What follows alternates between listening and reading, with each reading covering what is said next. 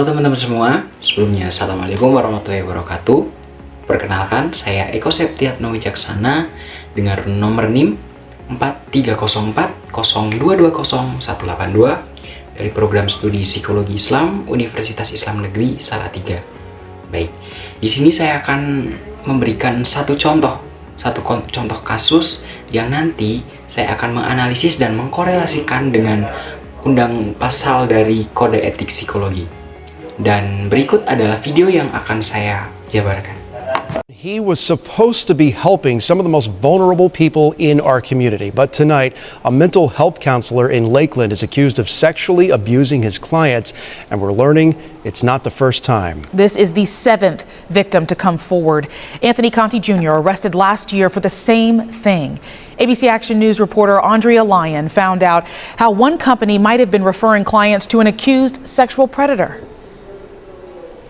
Yeah, he seemed like a nice guy. For those who knew him, You know, how's everything going at the office? worked beside him, I would see people go in there. they never saw it coming. When it's right under your nose, it's a whole different thing. Anthony Conti Jr. accused of hurting those he was supposed to help. Touch therapy sessions? Yes, touch therapy sessions. That's what one woman claims Conti told her he was Do doing. remember that office being open later than our office. The most recent victim says Conti massaged her, explaining it was a technique to move chemicals and soothe depression, even claiming her private area had a lot of anger in it. Anybody that would go into that type of detail with a woman, I mean, This marks the seventh victim to come forward. to put your trust in someone like that, you go in for counseling, or whether it's marriage counseling or whatever it is, right? According to this report, the victim told police that she had told Life Matters, her employment assistance program, that Conti had been touching her. They said they would investigate, but never told police. Lakeland police say Life Matters should have reported the incident, but isn't sure if it's a chargeable offense. We are going to look into that as soon as we're done with this case on whether they had a responsibility or not to report that. So we're not done with the investigation. So far, all victims have been adults. How long how long it took the women to come forward? But neighboring businesses worry how long that list may become. None of us would have thought that. In Lakeland, Andrea Lyon, ABC Action News. Namanya Anthony Conti. Beliau adalah seorang psikolog dari Lakeland, Las Vegas, Amerika Serikat. Beliau ini terjerat kasus dugaan pelecehan seksual terhadap kliennya ketika melakukan layanan psikologi. Sebut saja si korban ini dengan nama inisial si A.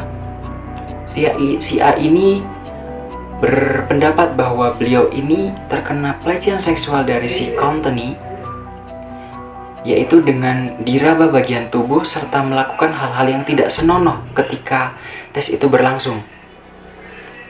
Tetapi ternyata Anthony sendiri itu tidak hanya baru kali ini melakukan hal tersebut. Dia telah melakukan hal tersebut sebanyak 7 kali dengan klien-klien yang berbeda.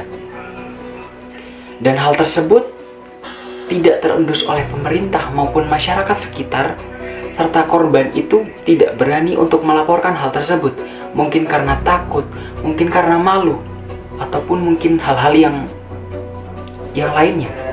Sehingga karena tercuatnya kabar dan berita tersebut di media massa, membuat beberapa masyarakat dan netizen luar negeri melabeli dirinya sebagai seorang predator seksual, karena tindakan hal tersebut tidaklah hal yang baik untuk yang dilakukan sebagai profesional seorang psikolog. Baik teman-teman semua, setelah kita tahu kronologi dari kasus Anthony ini, kemudian kita akan menganalisis dan mengkorelasikan dengan buku pedoman Kode Etik Psikologi. Oke, yang pertama, Anthony sendiri ini telah melakukan ketidakprofesionalitas, dan hal tersebut sangat bertentangan dengan buku Kode Etik Psikologi pada bab 1 pasal 2 ayat 2 tentang profesionalitas, yang berisi tentang psikolog dan ilmuwan psikolog harus membangun hubungan yang berdasarkan pada saling percaya, menanggung tanggung jawab, serta profesional dan ilmiah terhadap penggunaan layanan psikologi serta komunitas psikologi lainnya. Dan hal tersebut sangat bertentangan dengan apa yang dilakukan oleh Anthony terhadap kliennya, yaitu dengan melakukan pelecehan seksual.